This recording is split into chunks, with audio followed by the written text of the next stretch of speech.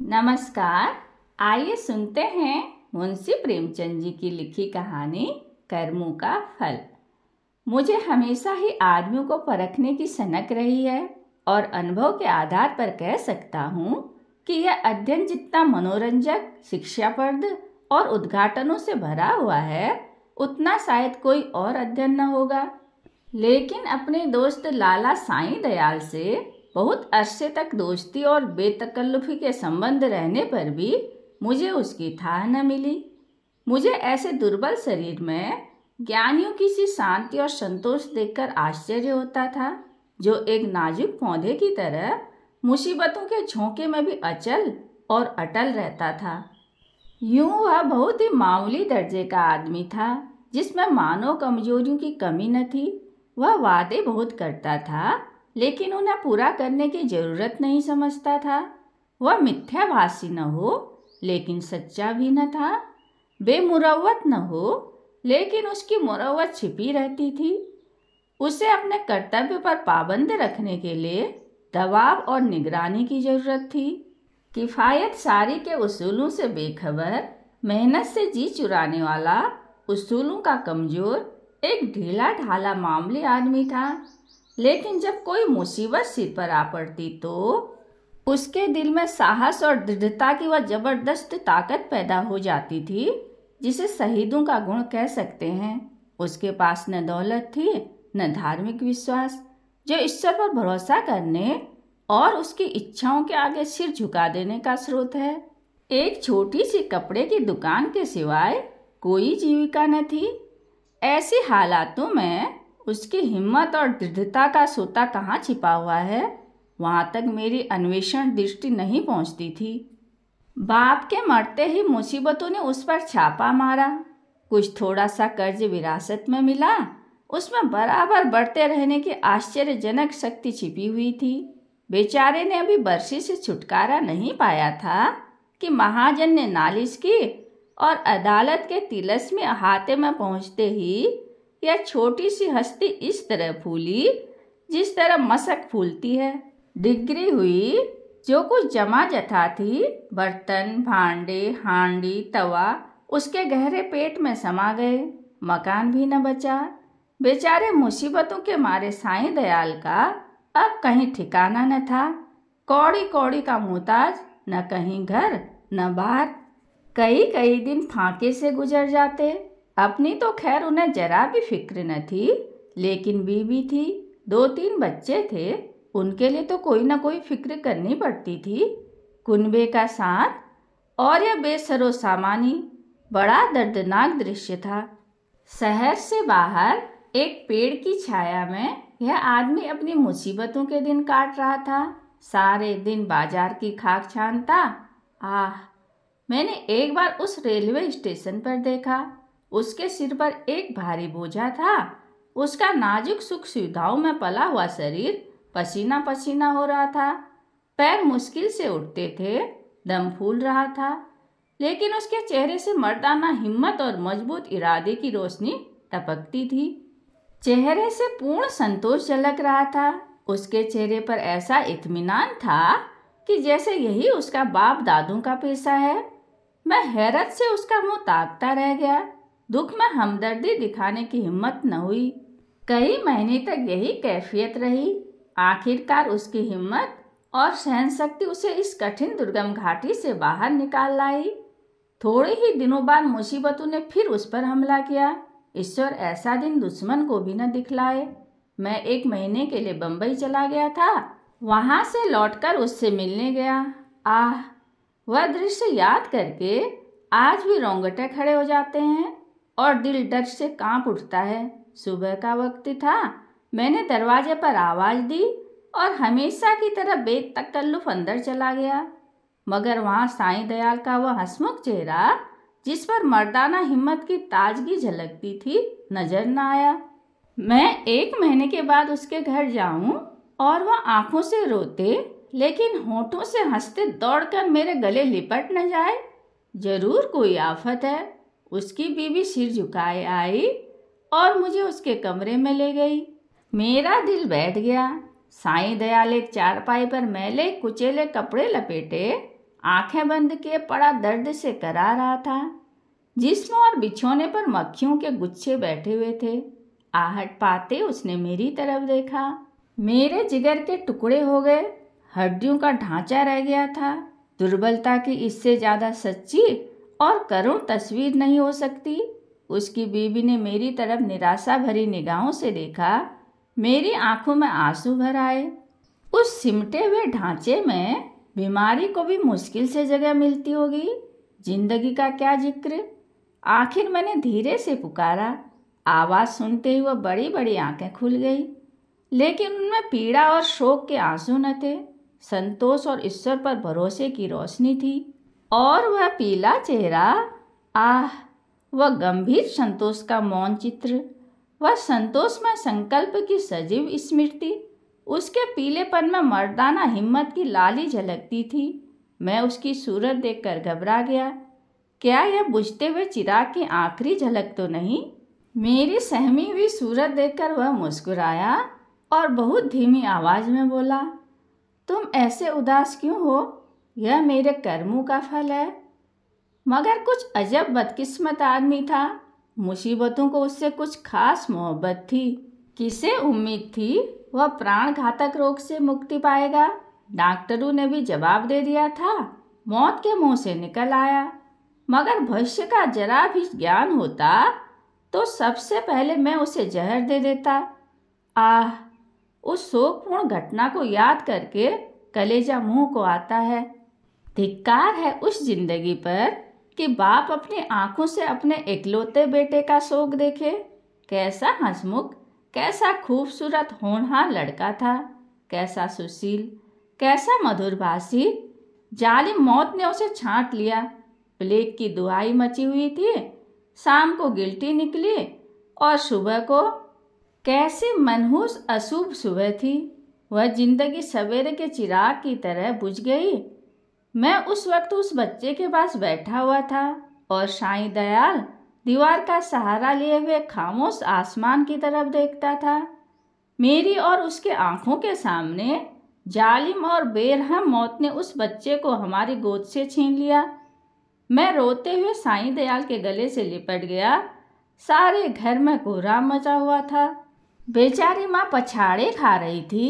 बहनें दौड़ दौड़ कर भाई की लाश से लिपटती थी और जरा देर के लिए ईर्ष्या ने भी संवेदना के आगे सर झुका दिया था। मोहल्ले की औरतों को आंसू बहाने के लिए दिल पर जोर डालने की जरूरत न थी। जब मेरे आंसू थमे तो मैंने साईं दयाल की तरफ देखा।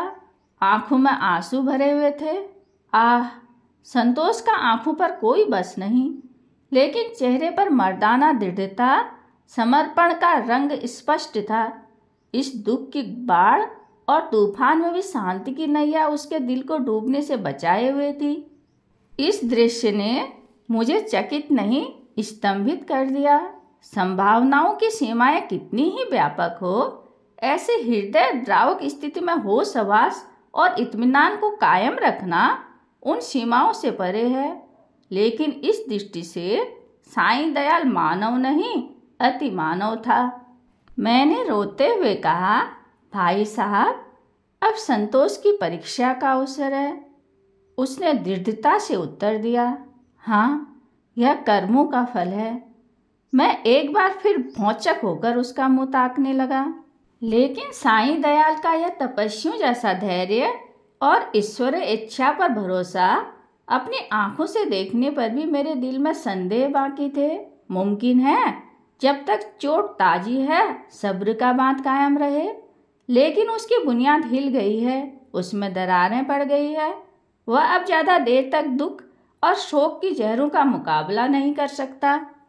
क्या संसार की कोई दुर्घटना इतनी हृदय द्रावक, इतनी निर्मम, इतनी कठोर हो सकती है? संतोष और दृढ़ता और धैर्य और ईश्वर पर भरोसा, यह सब उस आंधी के सामने घास फूस से ज़्यादा नहीं। धार्मिक विश्वास तो क्या, आध्यात्म तक उसके सामने सिर झुका देता है। उसके झोंके आस्था और निष्ठा की जड़ें हिला देती हैं। लेकिन मेरा अनुमान गलत निकला। साईं दयाल ने धीरज को हाथ से न जाने दिया। वह बदस्तूर जिंदगी के कामों में लग गया। दोस्तों की मुलाकातें और नदी के किनारे की सैर और तफरीह और मेलों की चहल पहल, इन दिलचस्पियों में उसके दिल को खींचने की ताकत अब भी बाकी थी। मैं उसकी एक एक क्रिया को, एक एक बात को गौर से देखता और पढ़ता। मैंने दोस्ती के नियम कायदों को भुलाकर उसे इस हालत में देखा जहाँ उसके विचारों के सिवा और कोई न था। लेकिन उस हालत में भी उसके चेहरे पर वही पुरुषोचित धैर्य था और शिकवे शिकायत का एक शब्द भी उसकी जबान पर नहीं आया। इसी बीच मेरी छोटी लड़की चंद्रमुखी निमोनिया की भेंट चढ़ गई। दिन के धंधे से फुर्सत पाकर जब मैं घर पर आता और उसे प्यार से गोद में उठा लेता तो मेरे हृदय को जो आनंद और आत्मिक शक्ति मिलती थी उसे शब्दों में नहीं व्यक्त कर सकता। उसकी अदाएं सिर्फ दिल को लुभाने वाली ही नहीं, गम को भुलाने वाली हैं। जिस वक्त वह हुमक कर मेरी गोद में आती तो मुझे तीनों लोगों की संपत्ति मिल जाती थी। उसकी शरारतें कितनी मनमोहक थी। अब भुक्के में मजा नहीं रहा, कोई चिलम को गिराने वाला नहीं, खाने में मजा नहीं आता, कोई थाली के पास बैठा हुआ उस पर हमला करने वाला नहीं।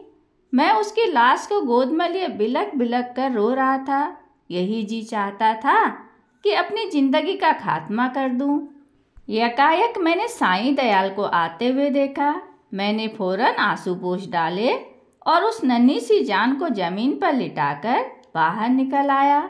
उस धैर्य और संतोष के देवता ने मेरी तरफ संवेदनशील आंखों से देखा और मेरे गले से लिपट कर रोने लगा। मैंने कभी इस तरह चीखें मारकर उसे रोते नहीं देखा। रोते रोते उसकी हिचकियां बंध गई, बेचैनी से बेसुध और बेहाल हो गया। यह वही आदमी है जिसका इकलौता बेटा मरा और माथे पर बल नहीं आया। यह काया पलट क्यों? इस शोकपूर्ण घटना के कई दिन बाद जबकि दुखी दिल संभलने लगा, एक रोज हम दोनों नदी की सैर को गए। शाम का वक्त था। नदी कहीं सुनहरी, कहीं नीली, कहीं काली, किसी थके हुए मुसाफिर की तरह धीरे धीरे बह रही थी। हम दूर जाकर एक टीले में बैठ गए, लेकिन बातचीत करने का जी न चाहता था। नदी के मौन प्रवाह ने हमको भी अपने विचारों में डुबो दिया। नदी की लहरें विचारों की लहरों को पैदा कर देती हैं। मुझे ऐसा मालूम हुआ कि प्यारी चंद्रमुखी लहरों की गोद में बैठी मुस्कुरा रही है। मैं चौंक पड़ा और अपने आंसुओं को छिपाने के लिए नदी में मुंह धोने लगा। साईं दयाल ने कहा, भाई साहब, दिल को मजबूत करो, इस तरह कुढ़ोगे तो जरूर बीमार हो जाओगे। मैंने जवाब दिया, ईश्वर ने जितना संयम तुम्हें दिया है उसमें से थोड़ा सा मुझे भी दे दो। मेरे दिल में इतनी ताकत कहाँ। साईं दयाल मुस्कुराकर मेरी तरफ ताकने लगे। मैंने उसी सिलसिले में कहा, किताबों में तो दृढ़ता और संतोष की बहुत सी कहानियाँ पढ़ी हैं, मगर सच मानो कि तुम जैसा दृढ़ कठिनाइयों में सीधा खड़ा रहने वाला आदमी आज तक मेरी नज़र से नहीं गुजरा। तुम जानते हो कि मुझे मानव स्वभाव के अध्ययन का हमेशा से शौक है, लेकिन मेरे अनुभव में तुम अपनी तरह के अकेले आदमी हो। मैं यह न मानूंगा कि तुम्हारे दिल में दर्द और घुलावट नहीं है, उसे मैं अपनी आंखों से देख चुका हूँ। फिर इन ज्ञानियों जैसे संतोष और शांति का रहस्य तुमने कहाँ छुपा रखा है? तुम्हें इस समय यह रहस्य मुझसे कहना ही पड़ेगा। साईं दयाल कुछ सोच विचार में पड़ गया और जमीन की तरफ ताकते हुए बोला, यह कोई रहस्य नहीं, मेरे कर्मों का फल है। यह वाक्य मैंने चौथी बार उसकी जबान से सुना और बोला, जिन कर्मों का फल ऐसा शक्तिदायक है, उन कर्मों की मुझे भी कुछ दीक्षा दो। मैं ऐसे फल से वंचित क्यों रहूं? साईं दयाल ने व्यथापूर्ण स्वर में कहा, ईश्वर न करे कि तुम ऐसा कर्म करो और तुम्हारी जिंदगी पर उसका काला दाग लगे। मैंने जो कुछ किया है वह मुझे ऐसा लज्जाजनक और ऐसा घृणित मालूम होता है कि उसकी मुझे जो कुछ सजा मिले मैं उसे खुशी के साथ झेलने को तैयार हूँ। मैंने एक ऐसे पवित्र खानदान को, जहाँ मेरा विश्वास और मेरी प्रतिष्ठा थी, अपनी वासनाओं की गंदगी में लिथेड़ा और ऐसे पवित्र हृदय को जिसमें मोहब्बत का दर्द था, जो सौंदर्य वाटिका की एक अनोखी नई खिली हुई कली थी और सच्चाई थी, उस पवित्र हृदय में मैंने पाप और विश्वासघात का बीज हमेशा के लिए बो दिया। यह पाप है जो मुझसे हुआ है और इसका पल्ला उन मुसीबतों से बहुत भारी है जो मेरे ऊपर अब तक पड़ी हैं या आगे चलकर पड़ेंगी। कोई सजा, कोई दुख, कोई क्षति उसका प्रायश्चित नहीं कर सकती। मैंने सपने में भी न सोचा था कि साईं दयाल अपने विश्वास में इतना दृढ़ है। पाप हर आदमी से होते हैं। हमारा मानव जीवन पापों की एक लंबी सूची है। वह कौन सा दामन है जिस पर यह काले दाग न हो? लेकिन कितने ऐसे आदमी हैं जो अपने कर्मों की सजाओं को इस तरह उदारतापूर्वक मुस्कुराते हुए झेलने के लिए तैयार हों। हम आग में कूदते हैं लेकिन जलने के लिए तैयार नहीं होते। मैं साईं दयाल को हमेशा इज्जत की निगाह से देखता हूँ। इन बातों को सुनकर मेरी नजरों में उसकी इज्जत तिगुनी हो गई। एक मामूली दुनियादार आदमी के सीने में एक फकीर का दिल छिपा हुआ था जिसमें ज्ञान की ज्योति चमकती थी। मैंने उसकी तरफ श्रद्धापूर्ण आंखों से देखा और उसके गले से लिपट कर बोला, साईं दयाल, अब तक मैं तुम्हें एक दृढ़ स्वभाव का आदमी समझता था, लेकिन आज मालूम हुआ कि तुम उन पवित्र आत्माओं में हो जिनका अस्तित्व संसार के लिए वरदान है। तुम ईश्वर के सच्चे भक्त हो और मैं तुम्हारे पैरों पर सिर झुकाता हूँ। कहानी सुनने के लिए धन्यवाद।